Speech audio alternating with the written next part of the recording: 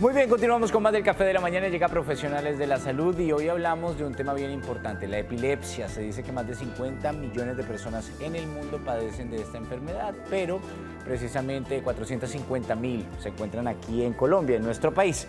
Y para hablar de ese tema, de qué se trata la epilepsia, cómo llevarla, a quiénes les da, a quiénes no les da, pues hemos traído a una persona muy especial para nosotros, Adriana Martínez, neuróloga. Bienvenida al Café de la Mañana. Gracias. ¿Cómo va todo, Doc? Bien, muchas gracias, muy amable. Bueno, pero sabemos que hay gente que no le va tan bien con este tema, porque además es una enfermedad que es muy común escuchar que cerca del núcleo familiar hay alguien o algún amigo es propenso, pero desconocemos muchas veces en realidad qué es más allá de lo que vemos físicamente a la hora de lo que ocurre, que todos conocemos como precisamente movimientos acelerados del cuerpo. ¿Qué es la epilepsia? La epilepsia es una condición neurológica en la cual el cerebro comienza a generar una actividad eléctrica diferente y eso tiene una expresión clínica. Como el cerebro tiene diferentes partes, de acuerdo al lugar donde se genere la descarga eléctrica va a ser la expresión. Entonces puede ser la pérdida de la fuerza, algún movimiento, un movimiento de la cara, un comportamiento o la que todos conocemos, que la persona se cae al piso y se mueve de manera agitada. ¿Quiénes son más propensos a sufrir de epilepsia? Porque en mi caso, digamos, conozco una chica de 16 años que sufre de epilepsia, ha sufrido de epilepsia toda la vida, está medicada y pues ha llevado, digamos, que su proceso de esa manera. También conocí el caso de una persona muy allegada a mi vida, el hermano de una de mis mejores amigas. Él falleció debido a un ataque de epilepsia donde no se pudo controlar la situación. Y pues lamentablemente digamos que la familia se dio cuenta tiempo después porque fue en la noche cuando estaba dormido. Entonces no sabemos si esto toca solamente a los más jóvenes o a los más adultos o quiénes son los realmente afectados con la enfermedad. Bueno, la pregunta es súper importante. En cualquier momento de la vida te puede dar un ataque convulsivo o puedes sufrir de epilepsia. Epilepsia, por definición, son más de 2 crisis convulsivas que tengan una diferencia de 24 horas entre ellas. Entonces, para tener epilepsia no significa que sea igual a tener una crisis convulsiva. Las crisis convulsivas pueden ser autolimitadas y en un solo momento de tu vida. Lo que tú dices, hay factores genéticos. Yo tengo historia familiar de epilepsia en primer grado con senilidad, existe la posibilidad de tener más crisis convulsivas. Pero si en algún momento en mi vida desarrollé un infarto cerebral, tuve un golpe en la cabeza o una infección, en ese momento también puedo presentarla. Bien. Aquí vemos entonces precisamente de eso que nos hablaba en este momento. Entonces voy a ir pegando cada uno de estos letreritos en nuestro cerebro y nos va explicando cómo cada uno tiene relación. ¿Le parece? Bueno, vámonos entonces por aquí. Ahorita volvemos a nuestra mesa.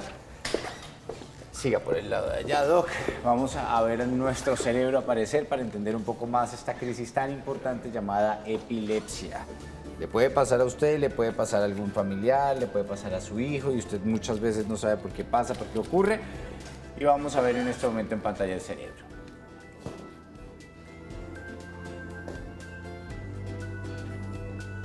Bueno, entonces, tenemos como primera instancia los parásitos.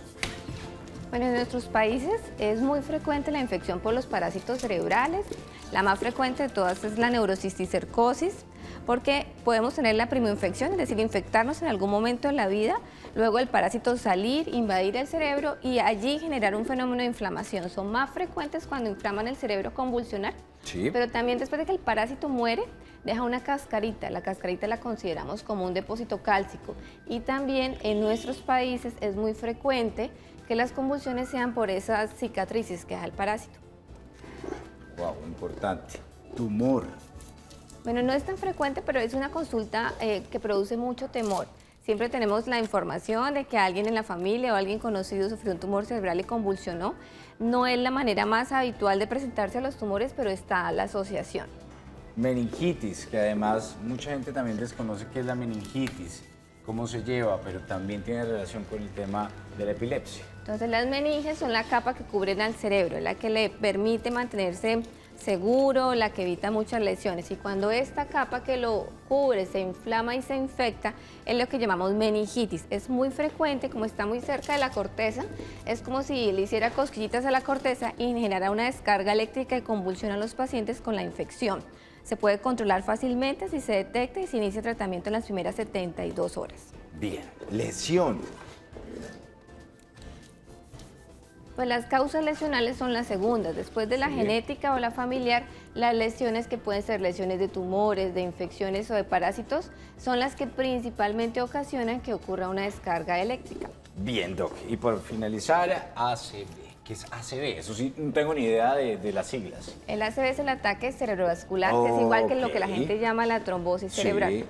Y entonces es una lesión en el cual hubo un momento en que el cerebro no tuvo la suficiente irrigación o flujo cerebral, y es muy frecuente que cuando quede esta cicatriz, al igual que la del parásito, la del tumor, se genere una crisis convulsiva. Muy bien, Doc. De nuevo, por favor, a nuestra silla, un aplauso, por favor, por la explicación. Y ahora vamos a profundizar porque después de la tormenta viene la calma y en la calma están las soluciones. Y lo que queremos escuchar es cómo podemos solucionar este tipo de situación que muchas veces puede terminar en un hecho lamentable.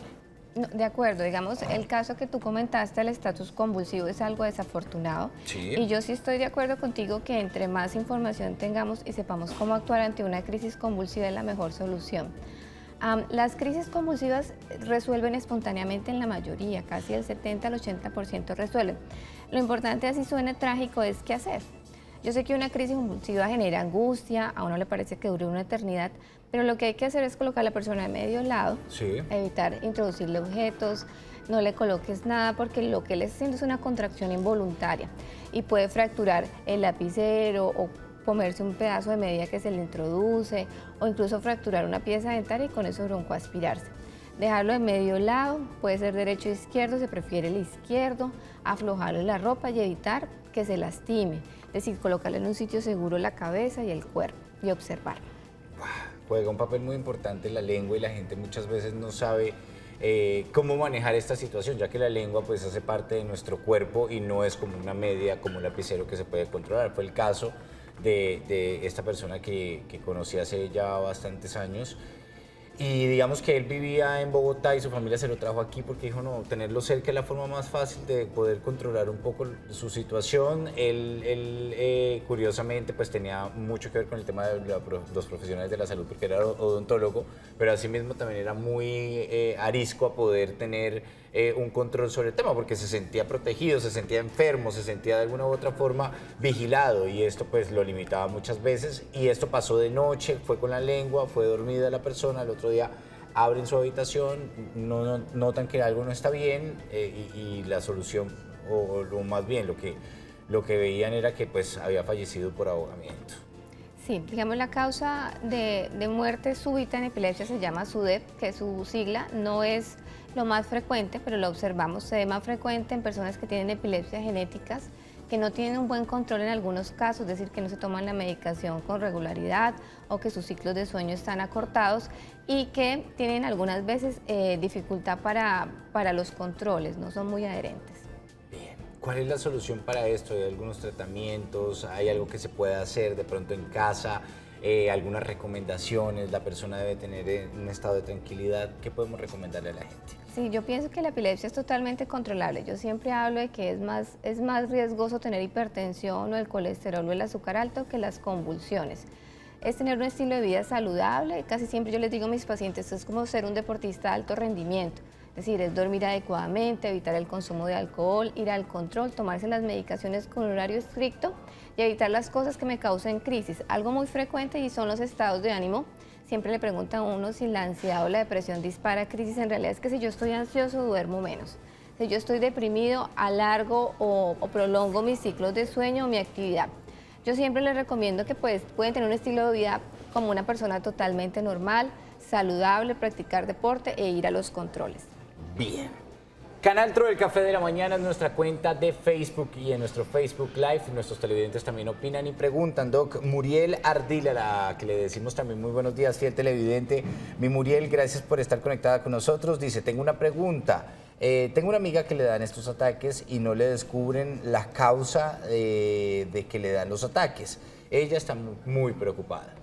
Digamos, si no es una causa secundaria, puede ser una causa genética. Muchas veces tenemos historia en nuestro ADN, en nuestra información genética que no se ha expresado.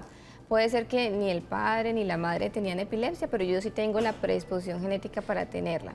Entonces puede ser que nos falte un poquito de estudios genéticos a nivel mundial sobre ciertas mutaciones puntuales, pero hay personas que a pesar de que no tengan una lesión fija, estructural, tienen esa predisposición. Bueno, vámonos a ver nuestra pantalla digital. Aparece en este momento mensajes de nuestros televidentes 317-436-7015. Usted puede opinar de manera gratuita a través de nuestra línea abierta para hacer preguntas a nuestros especialistas.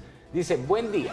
Quisiera saber si la epilepsia es hereditaria, ya que el papá de mi esposo la adquirió cuando tenía 20 años. Fiel televidente, Andrés, bendiciones, abrazos desde Piedecuesta. Un abrazo también para ti y qué buena pregunta. Total, los 20 años es un momento de aparición en la mitad. Digamos, hasta los 30 podríamos decir que tiene una predisposición genética, pero a los 20 se nos van saliendo las causas. Habría que mirar en el árbol familiar. Hay estudios muy interesantes sobre electroencefalogramas en familias con la predisposición genética, mirar los factores de riesgo. Digamos, existe la posibilidad que tenga una carga genética, pero nos tocaría ahondar un poquito más en el caso si en la línea familiar hay alguien más. Bueno, nuestros televidentes siempre son fieles a las recetas de mamá, a las recetas de casa, de la abuela, y es muy común que nosotros los colombianos recurramos a este tipo de opción cuando no encontramos muchas veces la solución o evadimos la medicina. ¿Es recomendado las cosas que normalmente recomiendan para la epilepsia, para que estos ataques no se den, o es mejor realmente acudir directamente a un profesional? Sí, yo no esperaría tiempo porque el riesgo es aplazar y exponerme a un riesgo. Yo siempre les digo a mis pacientes, la epilepsia no es una condición mortal, a menos de que ocurra un estatus o un SUDEP, pero lo que me puede exponer es a un riesgo de caerme, fracturarme, un accidente de tránsito o tan solo la incomodidad de hacer una crisis y despertar sin saber qué ocurrió. Entonces yo no esperaría, porque muchas veces esos mecanismos como tradicionales o muy de nuestra cultura demoran la atención. Y también tenemos números respecto a eso. Sabemos que las crisis o las convulsiones refractarias, que son más o menos el 30%, llegan casi después de 15 o 20 años a consulta y pues nos tardamos y tenemos muy buenas opciones.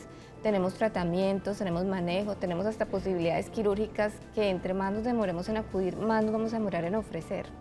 Como han pasado aquellos años clásicos donde se creía que la epilepsia era un demonio que se le había metido a la persona y asimismo mataban a la gente por eso, la quemaban, la juzgaban. Mejor dicho, tener epilepsia en aquella época, como era tan desconocido para el resto de la sociedad y la medicina aún estaba en investigaciones, la gente tenía resultados fatales con este tema. Es que era el demonio que estaba dentro de la persona que estaba sufriendo algo que ni siquiera sabía qué era. ¿Cómo va la investigación sobre este tema, Doc, hoy por hoy, el tema de neurología? Eso es algo que nosotros nos manejamos actualmente. Lo novedoso de la cirugía no es que se exista, sino la manera como la estamos estratificando actualmente. Sí. Más o menos un 30% de los pacientes son refractarios. Eso quiere decir que no responden a 2 medicamentos a dosis adecuadas por más de 3 meses. Esos pacientes pueden ingresar a algo que llamamos un protocolo de cirugía de epilepsia que viene en fases. Yo siempre explico que el protocolo no quiere decir que te vayan a operar, porque a todos nos da angustia que alguien nos diga que nos va a operar el cerebro. Pensamos eso. Y eso produce miedo, a mí también me lo haría y me daría angustia. Quiere decir que te vamos a ofrecer los mejores estudios para tratar de ubicar el foco eléctrico en tu cerebro, y si llegas a ser un buen candidato y tú aceptas, te operamos el foco. Actualmente hay diferentes tipos de cirugía, la lesional, que en teoría quita la lesión, y la paliativa, que puede activar o puede quitar las áreas donde están las vías de propagación eléctrica. En cuanto a lo novedoso, yo creo que nos falta un poquito más de investigación. Pienso que tenemos que llegar a la parte génica, pienso que el target o el sitio donde tenemos que llegar toda la medicina o la neurología es a nuestra parte genética, si tenemos la predisposición y activar a ese nivel. Bien. 8:15 de la mañana y nos encanta recibir llamadas de ustedes, televidentes. Opinen, porque los temas que están aquí están a la orden del día con profesionales que los pueden guiar, explicar y sobre todo dar muchas veces soluciones que no encuentran fácilmente cuando acuden al médico. Vámonos con llamada en línea y recibimos a esta hora a una fiel televidente o fiel televidente que se comunica con nosotros. Buenos días. Muy buenos días, para felicitarlos por el programa. Excelente programa, porque dése cuenta que todavía hay personas ignorantes en el tema. Y se angustia cuando uno no ve que la persona convulsiona en la calle y uno no sabe cómo auxiliarla, cómo darle la mano, uno no haya ni qué hacer, porque como habían tantos mitos de que apriétele el dedo, de que cójale la mano, de que el dedo corazón, entonces qué bueno que una neuróloga experta en el tema nos esté aclarando todo eso. Y doctora, felicitaciones y gracias, porque en los consultorios es muy difícil hacer tantas preguntas cuando uno tiene tantas dudas por el tiempo. Entonces, doctora, la felicito. Quería preguntarle, pues alcancé a escuchar que habló de electroencefalogramas para hacer ciertos estudios. Yo quería preguntarle esto, cuando hay nietos de una persona que ha fallecido por problemas de epilepsia convulsivos, entonces, ¿qué probabilidades hay para prevenir? Bueno, ¿O ya tiene que estar uno como a la suerte?